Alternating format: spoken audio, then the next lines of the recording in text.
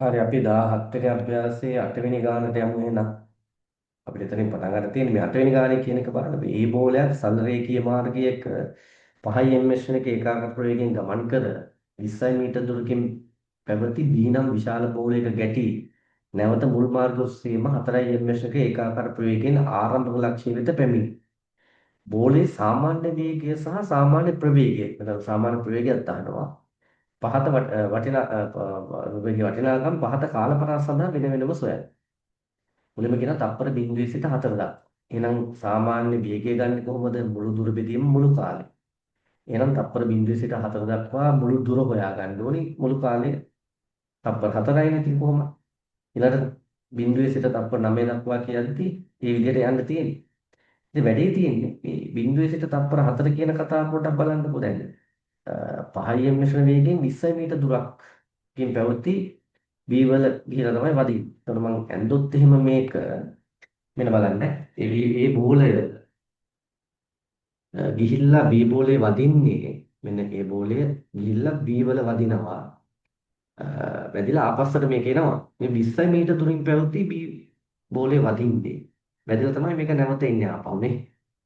එතකොට යන්නේ 5 ms එක වේගයෙන්. මේක දැක්ක ගමන් පේනවා අපිට මෙතනලා මෙතෙන් යන්න ගත වෙන කාලේ කොච්චරද ඒට? තප්පර 4යි. ඇයි? ඒකාකාර ප්‍රවේගයක් නේ තියෙන්නේ.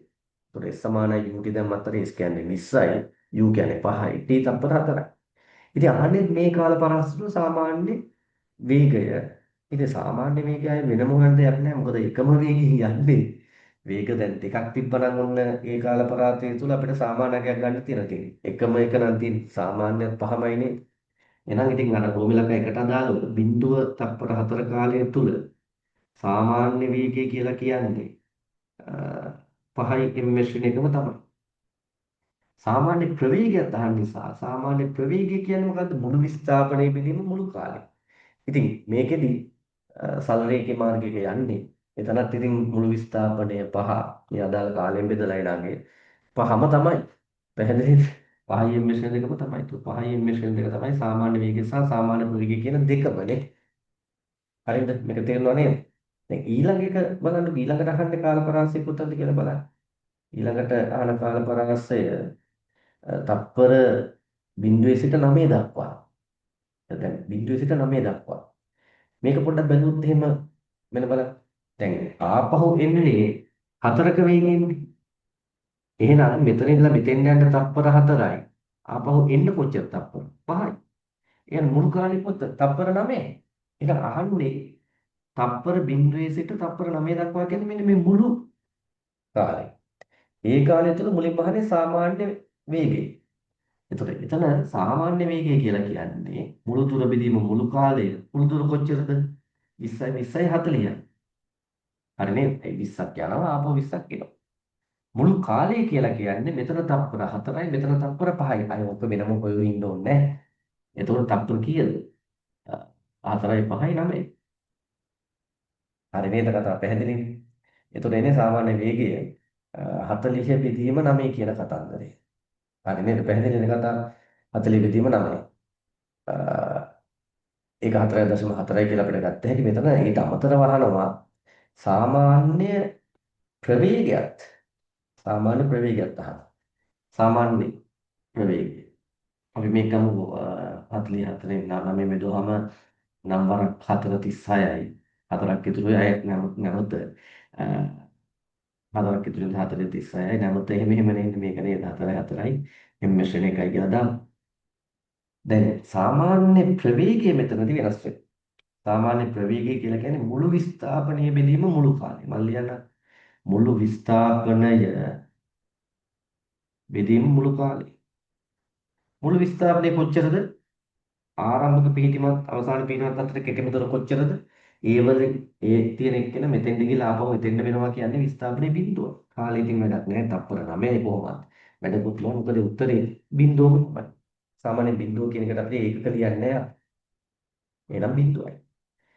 ඊළඟට අහනවා. දැන් මේ දෙක තේරුණා නේද කතාව? බලන්න ඊළඟට අහන එක මොකක්ද කියලා. මම පෙන්නන්නම්. ඊළඟට අහන්නේ තත්පර 0 සිට 6 දක්වා. අනිතර යමක් අපිට කරන්න තියෙනවා. 0 සිට 6 දක්වා.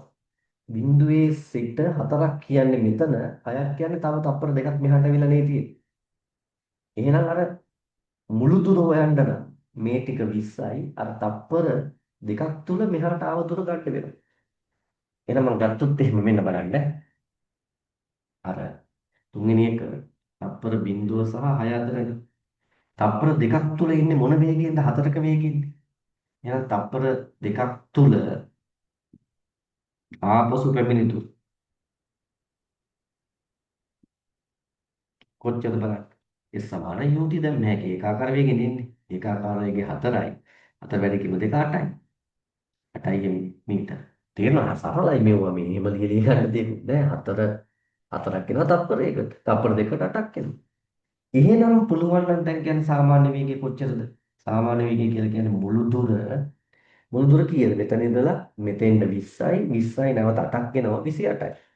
මුළු දුර බෙදීම මුළු කාලය කීයද? තප්පර 6ක් තුල පැහැදිලිද? 28 බෙදීම 6යි අපිට ඕන නම් 14 බෙදීම 3යි කියලා ගත්ත හැකි. මේක සුළු කරගත්තොත් හතරක් තුනක් 4යිනේ. 10යි 2යි තුනක් 6යි. 18යි 2යි 6යි 7ක් වගේ නේද? ඔව්. වටේලා ගත්තා 4.6යි 6යි 4.6යි 7යි පැහැදිලිද? ඊට අමතරව අහනවා සාමාන්‍ය ප්‍රවේගයත් අපෙන් අහුවා නේද? සාමාන්‍ය ප්‍රවේගයත් ඇහුවා. අපි ඒකත් ගන්න වෙනවා. සාමාන්‍ය ප්‍රවේගය ගත්තී මුළු විස්ථාපනයේ බෙදීම මුළු කාලය. මුළු විස්ථාපනයේ බෙදීම මුළු කාලය. මුළු විස්ථාපනය කියන්නේ ඒ වල ඉඳලා 20ක් ගිහිල්ලා මෙතෙන් 8ක් වෙනවා කියන්නේ විස්ථාපනය කියන්නේ මෙන්න මේ දුර. 8ක් මෙහාට ආව නම් මේ ටික 12යිනේ. එහෙනම් මුළු විස්ථාපනයේ බෙදීම මුළු කාලය. එහෙනම් සාමාන්‍ය ප්‍රවේගය මුළු විස්ථාපනය 12යි. බෙදීම මුළු කාලය. මුළු කාලය 6යි. එහෙනම් 2යි m ශ්‍රේණිය 2යි. පැහැදිලි නේද කතන්දරේ? නම් ඔන්න උත්තර ටික හරි. උත්තර ටික හරි.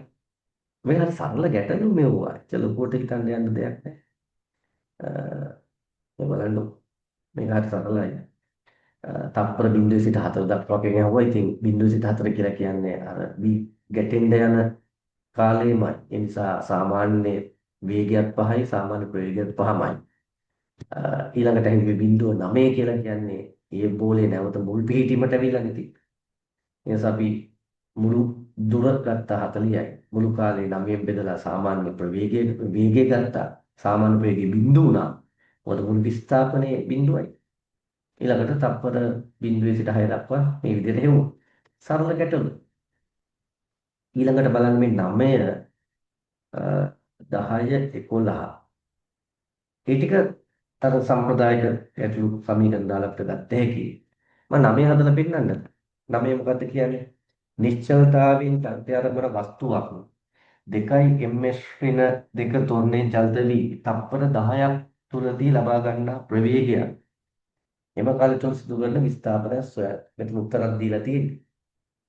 එහෙනම් මම රූපය අඳගන්නා නිශ්චලතාවයෙන් ආරම්භන වස්තුවක ත්වරණයේ දීලා තියෙනවා කාලයක් දීලා තියෙනවා. නිශ්චලතාවයෙන් චලිත කරන වස්තුවක් කියලා දීලා තියෙනවා. පැහැදිලිද? මම අඳගත්තොත් මෙන්න නිශ්චලතාවයෙන් ආරම්භන චලිත කරන වස්තුව තොරණය කීයද? 2යි ms වෙන 2යි මම ඒකත් දාගන්න 2යි ms වෙන 2යි තප්පර 10ක කාලයක් චලිත වෙයි. ඔන්න කතාව. පැහැදිලි නේද? තප්පර 10ක කාලයක් චලිත වෙනවා. අපි මුලින්ම අහනවා ලබා ගන්නා ප්‍රවේගය සහ එම කාලය තුල විස්තර. ලබා ගන්නා ප්‍රවේගය මේ වගේ තැනක් තප්පර 10කට ගිහිල්ලා තියෙනවා කියලා හිතමු v කියලා හිතන්න අවසාන ප්‍රවේගය. අතිශයින් සරලයි. චලිත සමීකරණ කීයද තියෙන්නේ? s සමානයි u ධන v බෙදීම 2යි t. v සමානයි u ධන at. s සමානයි ut ධන භාගය at වර්ග. v වර්ග සමානයි u වර්ග ධන 2s. මේ චල සමීකරණය මොකද්ද දාන්නේ මේ හතරෙන්? දැන් බලන්න මෙතන අපිට අවශ්‍ය නැති පදේ මොකද්ද? විස්ථාපනය. අහන්නෙත් නැහැ. විස්ථාපනය අහන්නේ පස්සේ අහන්නේ. දැන් අහන්නේ v නේ. මුලින්ම අහන්නේ ප්‍රවේගය. එහෙනම් විස්ථාපනය නැති සමීකරණය මොකද්ද? මේකේ විස්ථාපනය තියෙනවා, මේකෙත් තියෙනවා, මේකෙත් තියෙනවා. එහෙනම් මෙන්න මේක තමයි දාන්න. එහෙනම් මම දානවා ඕනකට මේ රූපය ඇඳලා පේපර් එකේ තියෙනවනේ. A සිට B ට කියලා මෙහෙම ලියලා A සිට B ට දාන සමීකරණේ v සමානයි u ධන at. ගොඩක් අය මෙන්න මේක කරලා තිබෙන එක දිශාව අනිවාර්යෙන් දාන්න මේවා දෛශික සමීකරණ. අපි යොදන්නේ මේ පැත්ත. v කියන එක තමයි අවසාන ප්‍රවේගය අපිට අවශ්‍ය කරන්නේ. u කීයද? u ආරම්භක ප්‍රවේගයේ බිඳුවයි. ත්වරණය 2යි. මේ බිඳුව දාන්න ඕනේ නැහැ. බිඳුව දාලා කියලා බොරුව ලියන්න ඕනේ නැහැ. 2යි. t තප්පර 10යි. එහෙනම් එන්නේ 20යි ms ඍණ 1යි. අන්න අවසාන ප්‍රවේගය. අවසාන ප්‍රවේගය 20යි ms ඍණ 1යි. විස්ථාපනයේ තහ. දැන් ඉතින් අපිට විස්ථාපනයේ තියෙන මේ සමීකරණ තුනක් තියෙන ඕනි සමීකරණ දාන්න පුළුවන්. මොකද අවසාන ප්‍රවේගය හොයාගත්තනේ. මම දාන්නම් S සමානයි u ධන v බෙදීම 2යි t කියන එක. මේ පැත්තට අර දිශාව දාන්න. S u කීයද? 0යි. v කීයද? 20යි. බෙදීම 2යි. t තත්පර 10යි. කීයද? 20 බෙදීම 2 කියන්නේ 10යි. එහෙනම් අපිට එනවා විස්ථාපනය 10 10 100යි මීටර. සරල ගැටුම. හරි නේද? ඔන්න ඒකත් හරි. අපි එහෙනම් ඊළඟ ගැටලුවට යමු. ඊළඟ ගැටලුව පොඩ්ඩක් බලමු.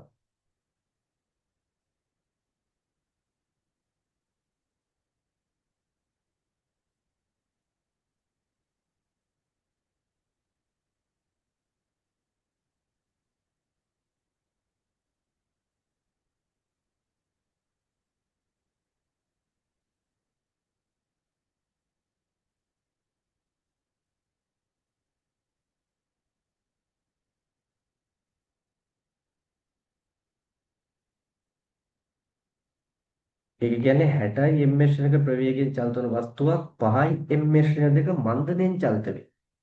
වස්තුව නිශ්චල වීමට ගතවන කාලයත් එම කාලය තුළ සිදු කරන විස්ථාපනය. අපි ඒකේ රූපයක් ඇඳගෙන වැඩේ පටන් ගමු.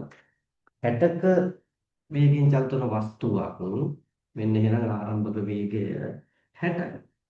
මොන u 60යි කියලා දාන්න. මේක මන්දනේ යනවා කියන්නේ මේ පැත්තට තියෙන තොරණේ කීයද? මන්දනේ පහන තොරණිය ඍණ අගේ පැහැදිලි තොරණේ ඍණාගයක් නම් අපි ඒකට මන්දනයක් කියලා වටනාකම විතරයි දෙන්නේ. නිශ්චල වීමට ගතවන කාලය තමයි මුලින්ම අහන්නේ. නම් නිශ්චල වෙනවා කියන්නේ අවසාන ප්‍රවේගය කොච්චරක් වෙන්න ඕනද? බිඳුවයි. නැත්තම් තව යනවනේ ඉස්සරහට. එහෙනම් නිශ්චල වීමට ගතවන කාලය අපෙන් අහන්නේ. නැවත චලිත සමීකරණ හතරක් තියෙනවා. මොකද්ද දාන සමීකරණය? මොකද්ද අපිට ගාව ගන්න ඕනේ නැති පදේ? නිශ්චල වීමට ගතවන කාලය අහන්නේ විස්ථාපනය ඕනේ. එහෙනම් විස්ථාපන නැති සමීකරණය දාන්න වෙනවා. අර v සමානයි u ධන 80. v සමානයි u ධන 80. v කියන්නේ බිඳුවයි. u 60යි. ඍණ 5. ඒ කියන්නේ ඍණ 5නේ t. t කීයද? 60 බෙදීම 5 12යි තමයි. හරි නේද? ඊළඟට අහනවා අපෙන් එම කාලය තුළ මේ විස්ථාපනයත් කොච්චරද කියලා නේද? බලන්න මේ. අර කාලය සහ ඊළඟට අහනවා එම කාලය තුළ සිදු කරන විස්ථාපන. මේ විස්ථාපන හොයන්න බෑ. ඕනි සමීකරණයක් දාන්න පුළුවන්. අපි දාමු අර ලේසියි සමානයි. u ධන v බෙදීම 2යි t. දාන දිශාව වැදගත් මේ පැත්ත. එහෙනම් u කීයද? 60යි. v බිඳුවයි 2 වැඩි කරන්න ඕන ගත වෙච්ච කාලය තුල. හරි නේද? 60 ධන බිඳුව 60යි 60 බෙදීම 2 30යි. 30 වැඩි කිරීම 12යි. 360ක් කියලා බලන්න. 360යි මේක. ඔන්න ඒක ගැටලුවත් හරි. අපි ඊළඟ ගැටලුවට යමු. එන ඊළඟ ගැටලුව තියෙනවා 20යි ms එක ප්‍රවේගයෙන් චලිත වන වස්තුවකට ඍණ 2යි ms දෙක ත්වරණයක් ලබා දෙයි. එතෙන් සිට වස්තුව 40 මීටර විස්ථාපනයක් ලබා ගැනීමට ගතවන කාලය ආරම්භක වේගය දීලා තියෙනවා. ත්වරණය දීලා තියෙනවා. මෙන්න මේ විස්ථාපනය ලබන්න ගත වෙන කාලය හොයන්න පුළුවන්. මොකද චලිත සමීකරණවල නොදන්න පද 4යි. මෙතනින් පද 3ක් දීලා තියෙනවා. දන්න පද 3ක් තියෙනවා. එහෙනම් නොදන්න පදයක් හොයාගත්තේ. පැහැදිලිද? දැන් මොකද්ද දාන සමීකරණය කියලා හිතන්න පොඩ්ඩක්. ආරම්භක ප්‍රවේගය 20යි. ත්වරණය ඍණ 2යි. විස්ථාපනය 40 නම් කාලය අහන්නේ ගාව ගන්න ඕනේ නැත්තේ අවසාන ප්‍රවේගය නේද? අවසාන ප්‍රවේගය නේද? පොඩ්ඩක් හිතන්න. මොකද ආරම්භක වේගය කාලය විස්ථාපනය තරහ ත්වරණයව සම්බන්ධයි මේ ගැටලුවට. සම්බන්ධයක් නැත්තේ අවසාන ප්‍රවේගය. එන මම මෙතන මෙහෙම ගන්නම්. මෙන්න බලන්න 20ක ආරම්භක වේගයක් තියෙනවා. මන්දනය 2යි. ඒ සමානයි ඍණ 2යි එහෙනම් 40ක් මීටර ගියාට පස්සේ යන්නේ. ගතවන කාලය අපෙන් අහන්නේ. අවසාන වේගය මොනවද සම්බන්ධ කරන්න නැතුව තියන්න. එහෙනම් දාන සමීකරණය අවසාන ප්‍රවේගයේ නැති සමීකරණය මොකක්ද? S සමානයි ut ධන භාගයේ at වර්ගය. මේ පැත්ත. S කියන්නේ කීයද? 40යි. u 20යි. t කියලා හිතන්න ගත වෙච්ච කාලය. ඍණ දානවා. මොකද මෙතන ඒට දාන්න ඕනේ ඍණ දෙකනේ. මේ ඍණ දෙකේ ඍණ ලකුණ මෙතෙන්ම දාලා ගන්න. તો ඍණ භාගයයි ඒ කියන්නේ 2යි t වර්ගය. මේක තේරෙනවද බලන්න? නේද? දැන් මෙතන වර්ග සමීකරණයක් ගැන සුළු කරගන්න තියෙන්නේ. මෙතන t ඍණ t වර්ගයේ තියෙන නිසා මම මෙහාට කරගන්නම් t වර්ගය ඍණ 20යි t ධන 20 මෙහාට ගන්නවා. ධන 40 සමානයි බිඳුවයි. බලන්න හරිනේ. t වර්ගය ඍණ 20යි t ධන 40 සමාන බිඳුව. දැන් උඩ වර්ග සමීකරණ කියලා තියෙනවා. අපිට ඒක විසඳන්නයි තියෙන්නේ. විසඳන්නයි තියෙන්නේ. අපිට මේක විසඳන්න පුළුවන්. සාධක එකපාරට කැඩෙනවා නම් ගැටලුවක් නැහැ. නමුත් බැලුමට සාධක කැඩෙන්නේ නැහැ වගේ නම් අපිට සම්බන්ධය තියෙනවා. මතකද මම කියලා දුන්නා. මෙන්න මෙහෙම ගත්ත හැකිනේ. අර x සමානයි ඍණ b ධන හෝ ඍණ වර්ගමූල b වර්ග ඍණ 4 ac බෙදීම 2යි භාවිත කරන්නේ. x සමානයි වර්ග සමීකරණයක මූල ගන්න ඍණ b ධන හෝ ඍණ වර්ගමූල b වර්ග ඍණ 4 ac බෙදීම 2a භාවිත. එහෙනම් t නේ ඕනේ t නේ විචලක x වගේ තියෙන t ඍණ b කියලා කියන්නේ කීයද? මෙතන b වෙන්නේ ඍණ 20. එහෙනම් ඍණ 20. b වෙන්නේ ඍණ 20. මේ දෙන ලකුණ මේ සමීකරණයේ නේ. ඍණ b ධන හෝ ඍණ b වර්ගය කියලා කියන්නේ ඍණ 20 වර්ගය. හරි මේ පේනවනේ ඍණ 20 වර්ගය ඍණ 4යි ac අයිත් මෙහාට ගන්නම් මතක. t සමානයි ඍණ 20 ධන හෝ ඍණ වර්ගමූල b වර්ගය ඍණ 20 වර්ගය ඍණ 4යි a කියන්නේ 1යි c කියන්නේ 40 බෙදීම 2යි a කියන්නේ 1යි. මෙන්න මේක සුළු කරගන්න තියෙන්නේ. සුළු කරගන්න තියෙන්නේ. අපි සුළු කරමු. මුලින්ම සුළු කරන්න. t සමානයි මෙතන 20 ධන හෝ ඍණ වර්ගමූල ඇතුලේ බලන්නකො 400 ඍණ 160 නේද? බෙදීම 2යි. එතකොට මෙතන t සමානයි මේකත් දෙකෙන් බෙදනවා මේකත් දෙකෙන් බෙදන එකනේ කරන්න ඕනේ. මේක දෙකෙන් මම මෙහෙම කරන්න පොඩ්ඩක් 20 ධන හෝ ඍණ මේ අතුරු සුළු කරලා ඉන්නම්. මෙතන කීයේ 800න් 160ක් අඩු කරුවහම 800න් 100ක් අඩු කරනවා 300යි 300 තව 60ක් ගියාම 240. 240යි බෙදීම 2යි. හරි නේද? දැන් මෙන්න මේක ටිකක් සුළු කරගන්න තියෙන්නේ. මම මේක පොඩ්ඩක් මකන්නම් දැන් අපිට මේක තේරෙනව නේද? ගත්ත හැකිනේ. නැත්නම් මේ පැත්තට යන්නම්. එතකොට t සමානයි 20 ධන හෝ ඍණ 240 යන 60 වැඩි කිරීම 4 කියලා. ඒ වර්ගමූලය බෙදීම 2. එතකොට මෙතන දැන් දෙකෙන් බෙද හැකි 4 වර්ගමූලය 2 නිසා මේ දෙකට කැපිලා යනවා 10 ධන හෝ ඍණ මූල 60 බෙදීම 2. එතකොට එන්නේ අපිට t සමානයි ධන 60 වර්ගමූලය බෙදීම 2 හරියට ඉවත් වෙනවා. හෝ t සමානයි 10 ඍණ මූල 60. ඔය දෙක නේද? අනේ ඔන්න ඔය උත්තරේ තමයි තියෙන්නේ. දීලා තියෙන උත්තරේ. පැහැදිලි වෙන කතන්දර. හරි අපි ඊළඟ ගැටලුවට යන්නේ නේද එහෙනම්. ඊළඟ ගැටලුව බලමු පොඩ්ඩක්. ඉන්න බලන්න.